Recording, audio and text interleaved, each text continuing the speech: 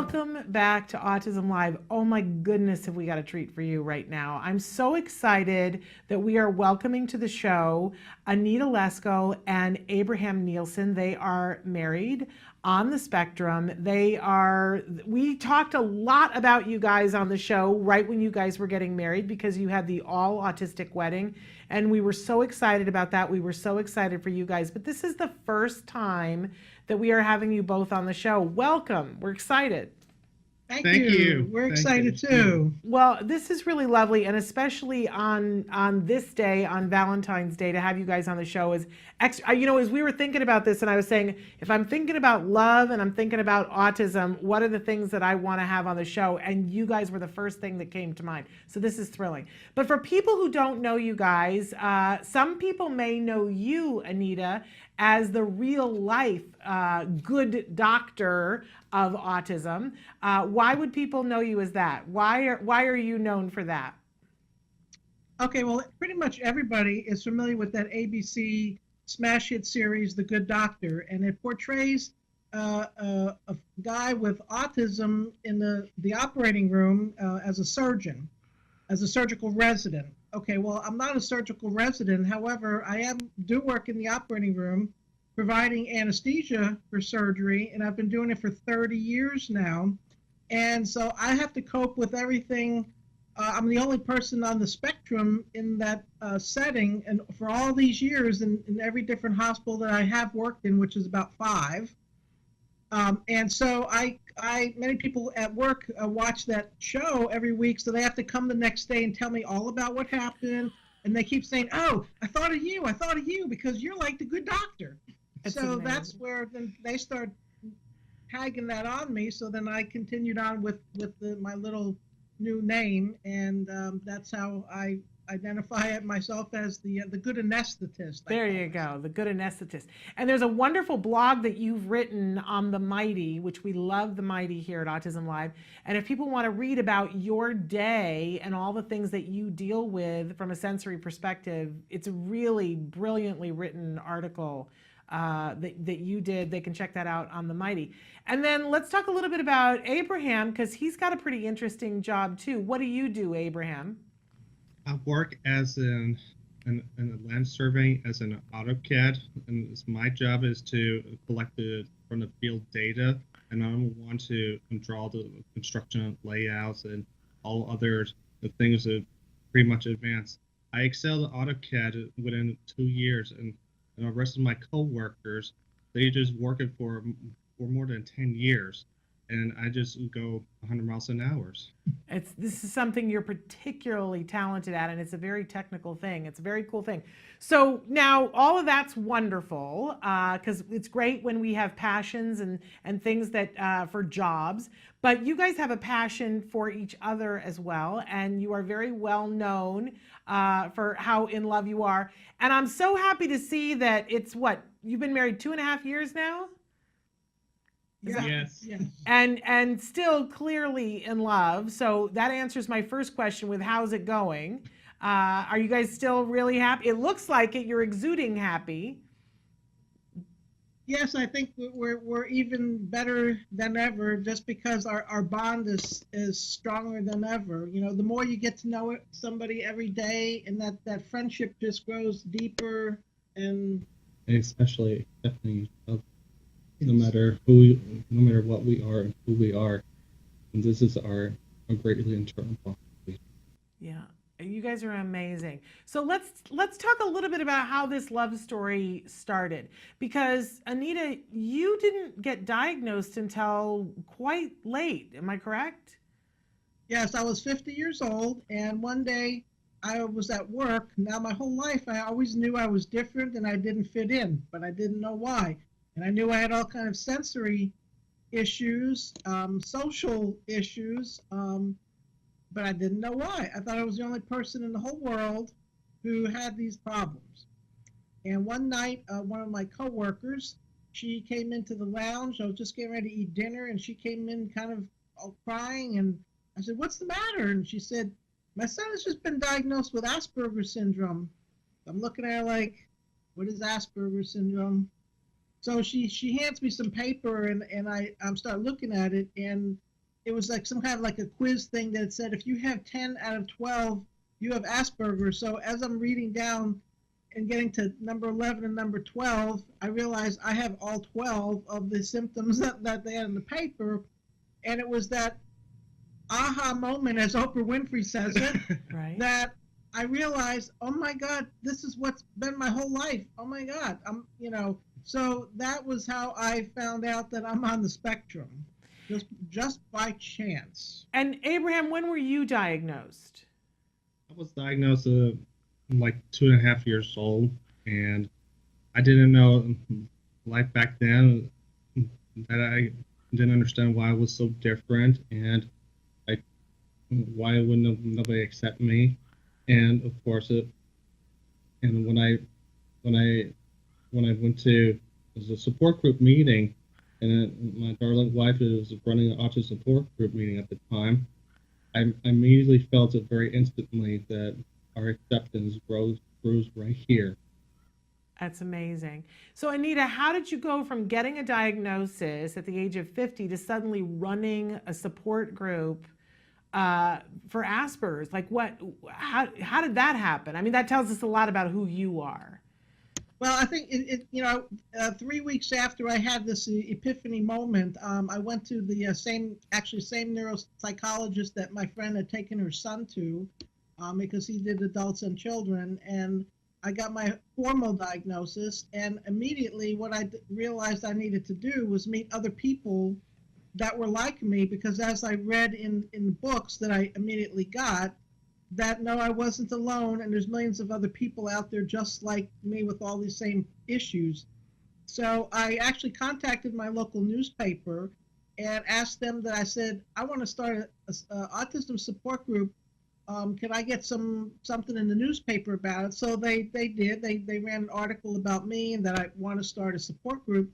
So the next thing you know, and people just started coming. I did it once a month, on a second Saturday of every month, and I started getting about 30 people that came regularly for years. And oftentimes parents would come with their children, and it could be children that were 30 or 40 years old with their parents. Yeah. It wasn't just young kids or anything like that. It was a whole mix of people. But the parents were looking for support just as much as the individuals on the spectrum. Of course. What a haven you created. And then in walks this handsome young man. And what did you think? Well, yes, when I first saw him, now I had been doing that support group for a number of years already. And when he walked in, yes, I thought he was very cute. And but beyond that, there was just something that I felt comfortable about him. I mean, there was other guys that were actually came to the support group regularly, and nothing like clicked with them. But it was different with Abraham. Something did click right away, and we immediately became friends, and we were friends for the whole following year before it got romantic. Yes. And then I hear that when you popped the question that it was very romantic. Tell us a little bit about the proposal.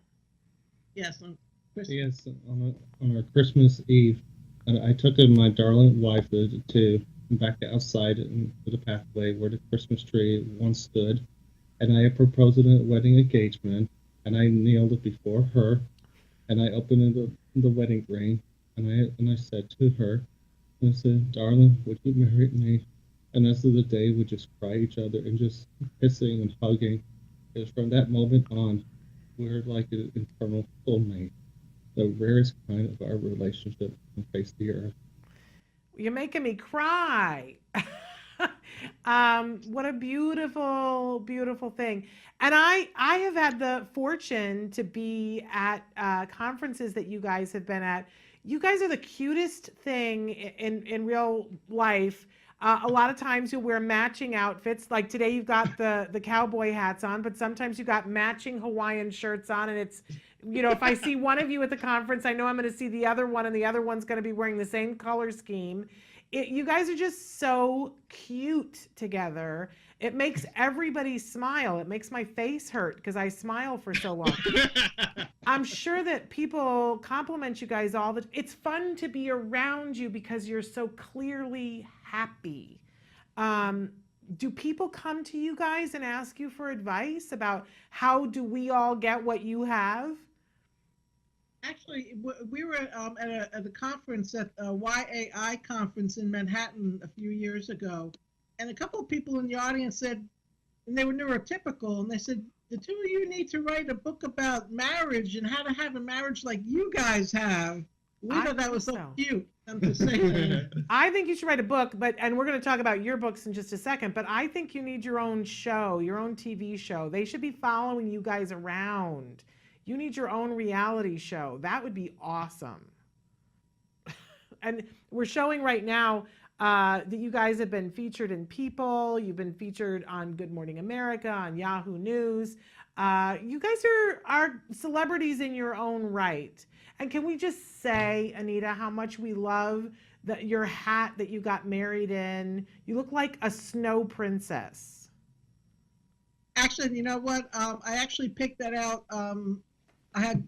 My mom had died at the time when we were married. She was gone already for 3 years, and she loved anything like that looked like a Russian winter princess or something. Yeah, kind it's of very thing. Dr. Zhivago. Yes, that was her favorite movie, and that's actually why I picked that outfit for her memory and to honor her. That's how I came to pick that outfit. It's just beautiful, just beautiful. So all kinds of people want advice from you guys. I definitely can see that. I'm happily married, but we're not doing this giddy stuff anymore that you guys are doing. I gotta say, but it looks fun. I have to admit. So it's Valentine's Day. What advice do you have for people about how to celebrate Valentine's Day and how to be happy in yourself and in your relationship?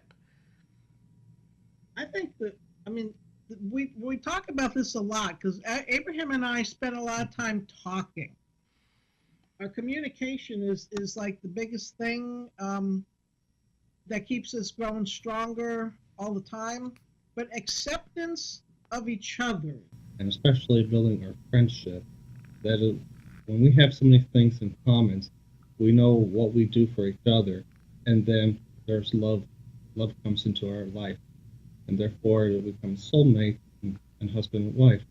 That we know how we keep our foundation strong. Dang, I'll tell you what, Abraham, if the CAD thing stops working out for you, you have a career working for Hallmark. Because you could write what goes inside cards. Seriously. Don't you think so, Anita? My goodness, is he always like this? Yes, actually, because people ask me, oh, what are you doing for Valentine's Day? People at work, or the other day somebody asked us, and what is our answer? Every day is our Valentine's Day, honey. Every day is like Valentine's Day. It's wonderful. It's absolutely wonderful. So, Anita, we wanted to talk a little bit, though, about, because you've got a book that's out that's super important, and you've got a book that's coming out that I'm so excited about. I don't know what to do about it. So let's talk about your book that's already out first. Okay. Yes, I came. I'm, being on the autism spectrum. I'm autistic, and also I have 30 years as a medical professional. Well, it's really important that a lot of, quite the majority of healthcare providers don't really understand autism and know how to best care for this population. And autistic people know this and sense this, and they typically avoid going for healthcare or basic screenings for various reasons, one of which they recognize that the healthcare providers don't understand them. But then, of course, there's the sensory issues of crowded waiting rooms and noisy and various things like that. Well, I wrote the book, The Complete Guide to Autism and Healthcare, to bridge that gap between the autism world and the medical world to enable healthcare providers to best care for autistic people. And it's not only a book just for medical people, it's also for parents and for people on the spectrum to read that book. They can start becoming advocates for themselves with their healthcare professionals with that book.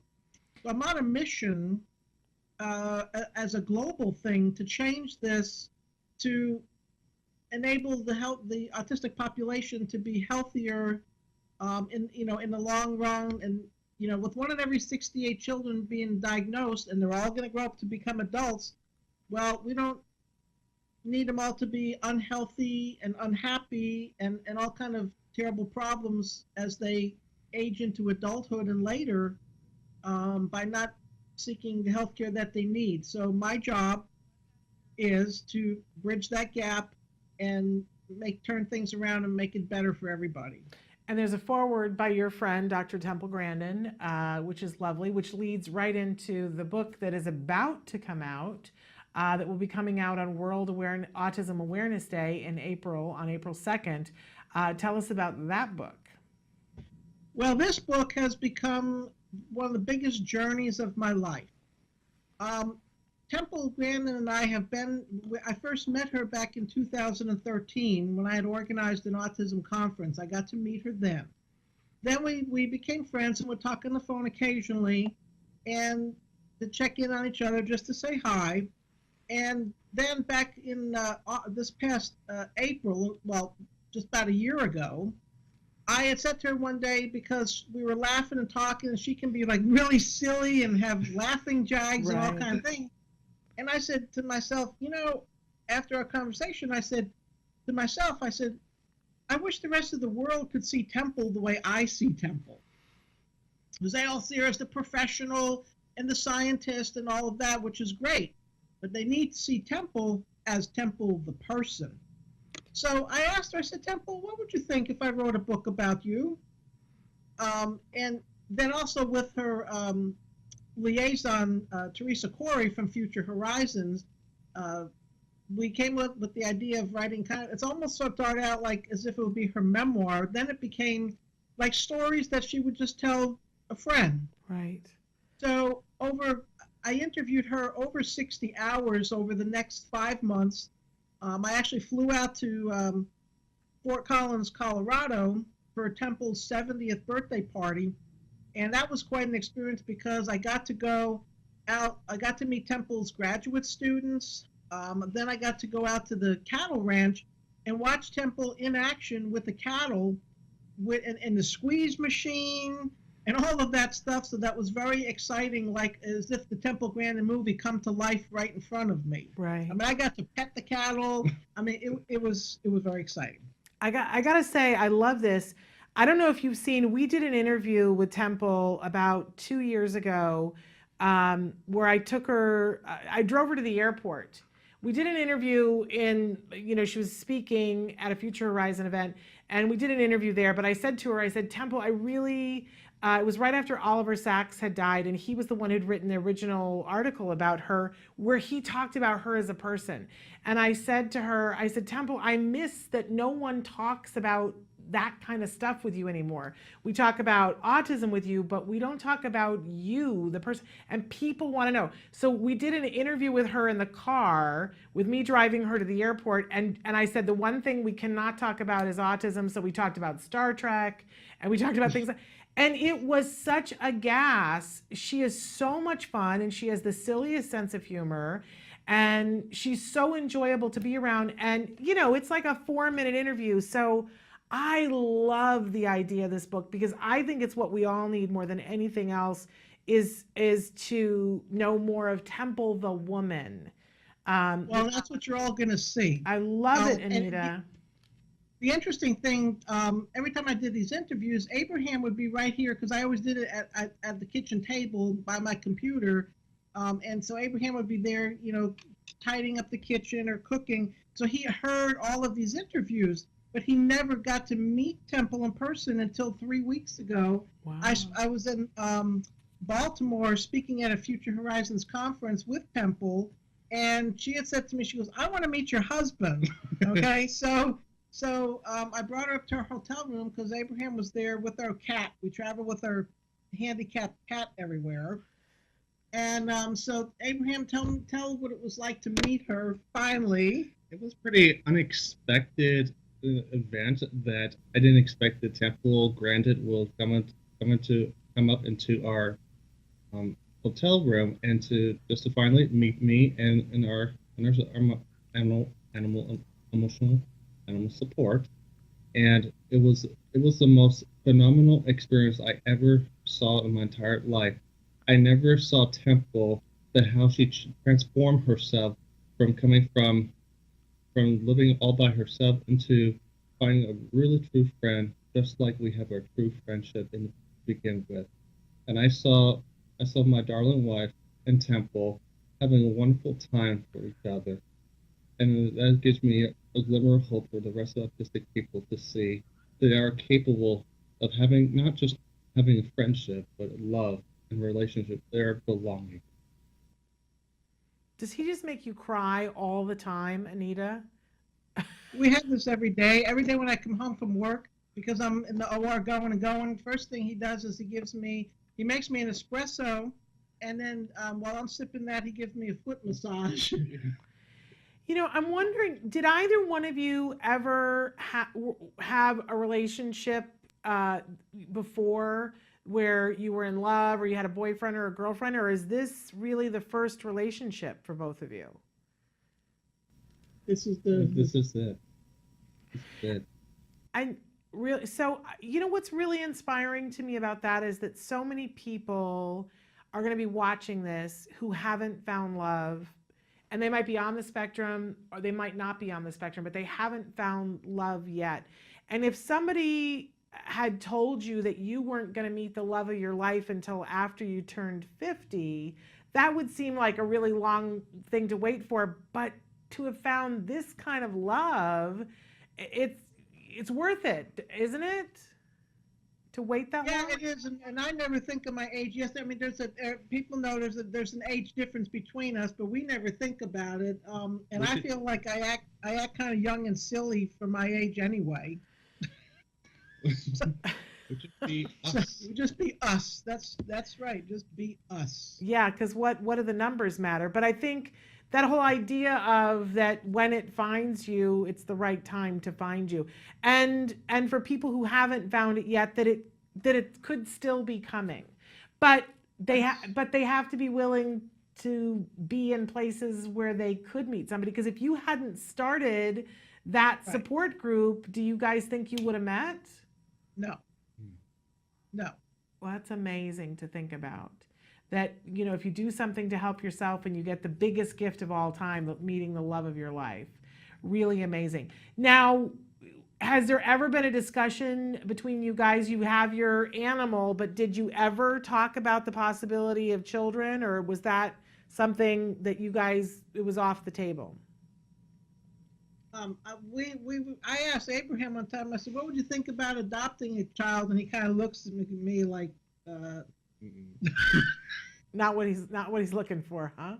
And is that That's okay it, with you, Anita? Yes, I mean, the thing is, when we're at home, it's total peace and quiet here. Yeah. And the loudest thing you'll hear is a cat purring. So when I'm like at work, and I often, once in a while, I typically don't do pediatric anesthesia, but sometimes I do. And then I'm dealing with little sick kids. Yeah. But if they're screaming and crying, it kind of just doesn't really. It's hard. Sensory overload, shall I just say? Yeah. Kind of thing. Yeah, absolutely. Well, we think that you guys are remarkable. Where can people go to find more information about you guys? To my website, which is anitalesko.com.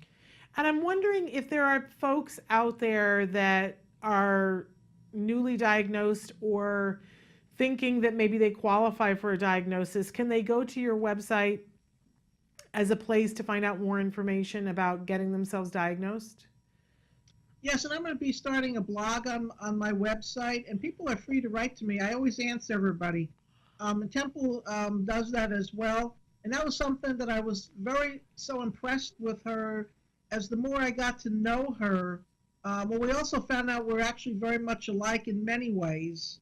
But Temple, she'll take phone calls from people, answer emails, and everything, which is something that most people at her level of fame don't do that, but she does. And like sometimes, I just be amazed. She might talk to a kid that calls her up that's doing a project for their school, and they had to write a paper about her or something, and she'll talk to them, um, or an adult, anybody. It's just absolutely amazing. She's so And I much like more to follow and accessible than put people together. realize. Yeah. But I think, because Temple speaks, and you're now speaking at engagements with her, and we should talk about that real quick. But I don't think people realize how accessible Temple is. But even then, they don't get to meet the Temple that you're talking about, that they will get to meet in your book. And again, that's coming out on April 2nd. And where can they get that book? Right now, you can order it on Amazon to pre-order it. After that, it'll be in all major bookstores. And I keep thinking to myself that when people see that, they're going to want to make a remake movie about Temple now that they see the real Temple and how silly she gets. She gets these laughing jags that's like you can't help but bursting out laughing just the same Yeah. over the silliest things. Yeah. But it's so great to see that. It is. I've said before, you haven't lived until you've seen Temple Grandin giggling over something. Right? It's so much fun. She and my son once got to giggling over an article that I think was in Business Weekly magazine that was reviewing cat food with wine pairings to go with the cat food. And the two of them got to giggling about it so much that I didn't think they were going to be able to talk after that. It was so much fun to watch and see. But in any case, we want to wish you guys the best. Happy Valentine's. I know that you'll be having a great Valentine. Do you have any special plans? Will you guys? I know it's every day for you, but anything special for Valentine's Day? Well, I mean, typically for Valentine's Day, people get flowers. As you can see behind us, there's some fresh roses and pretty flowers over there. But typically, people make a nice dinner and stuff like that. We have that like every evening. So and actually right now, because I'm not writing a book or anything pressing at the moment, we actually can cook together. So that'll be a treat. Just that actually, that I'm not going at it on my computer typing as he's standing here 2 feet away cooking. I'll be right there cooking with him. Well, we are so. And he always calls it cooking with love. I love it. We are so happy for you guys. We're so thrilled for you that you have found love and that we all get to see it. It's a lovely, lovely thing. We want to remind people to check out both of your books. One is available now. The other one will be available on April 2nd. And go to AnitaLesko.com for more information. And I thank you guys so much because I know both of you work so hard and such long hours. So thanks for taking the time to be with us on Valentine's Day. It was our pleasure. It's our pleasure.